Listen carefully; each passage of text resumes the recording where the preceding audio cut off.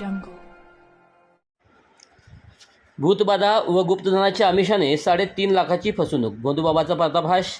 मिरज परिसरात भूतबाधा दूर करून गुप्तधन काढून देण्याचे आमिष दाखवत एका महिलेला 3.5 लाख रुपयाचा गंडा घालणाऱ्या भोंदूबाबाचा पोलिसांनी पर्दाफाश केला आहे. आरोपी व त्याच्या साथीदारांनी संगनमत करून फिर्यादीचा विश्वास संपादन केला. आरोपीने स्वतःकडे अघोरी व दैवी शक्ती असल्याचे सांगत फिर्यादीच्या गतिमंद मुलावर भूतबाधा असल्याचा दावा केला आणि तो बरा करतो असे आश्वासन दिले. याचबरोबर घरात गुप्तधन असल्याचे सांगून ते काढून देण्याच्या नावाखाली आरोपींनी मिरज, मुडशिंगी व नेले जिल्हा कोल्हापूर येथे अघोरी विधी केले. या दरम्यान फिर्यादीकडून वेळोवेळी 3,22,000 रुपये रोख व ऑनलाईन स्वरूपात उकळले. तसेच खोटे सोने देऊन फसवणूक केली. गुन्हा दाखल होताच पोलीस निरीक्षक किरण चौगुले यांच्या मार्गदर्शनाखाली तपास पथकाने तात्काळ कारवाई करत मुख्य आरोपीला कोल्हापूर जिल्ह्यातून अटक केली. त्याच्याकडून गुन्ह्यात वापरलेली 4 चाकी व मोबाईल जप्त करण्यात आले आहेत. या प्रकरणातील इतर आरोपींचा शोध सुरू असून पुढील तपास पोलीस उपनिरीक्षक भैरवनाथ पाटील करीत आहेत.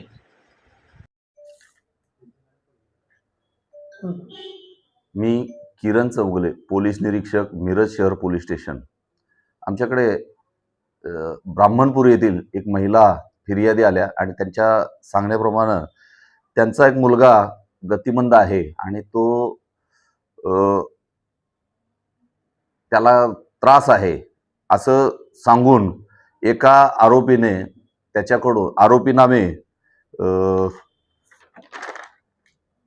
शशिकांत सीताराम भुजिंगे, वय 33 वर्ष, पसरीच्या नगर, गल्ली नंबर 1, कोल्हापूर, याने फिर्यादीचा विश्वास संपादन करून आरोपीच्या अंगात दैवी शक्ती आहे, अघोरी शक्ती आहे आणि या शक्तीच्या जोरावर तो घरात सुखसमृद्धी आणतो. फिर्यादीच्या गतिमंद मुलास भूतबाधा झाली आहे असं सांगून त्याला बरा करतो आणि घरात गुप्तधन काढून देतो असं सांगितलेलं आहे. आणि ते आमिष दाखवून, अंधश्रद्धा पसरवून त्यानं त्यांच्याकडून रोख व अकाउंटवर 3,22,000 रुपये घेऊन त्यांना त्यांची फसवणूक केलेली आहे.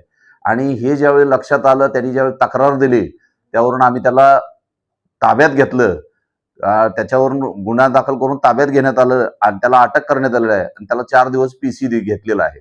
आता गुन्ह्याचा तपास सुरू आहे, पुढील कारवाई चालू आहे. अजून पुढं काही माहिती ह्यात उपलब्ध होऊ शकते. अजूनही लोकांना आमच्याकडून एक आव्हान आहे, जर अशा प्रकारे कोणी अंधश्रद्धा पसरवित असेल तर त्यांनी सामोरं यावं, पोलिसांना सांगावं आणि अशाच पद्धतीनं यापासून दूर राहावं. ही आमची पोलिसांकडून समाजाला एक संदेश आहे.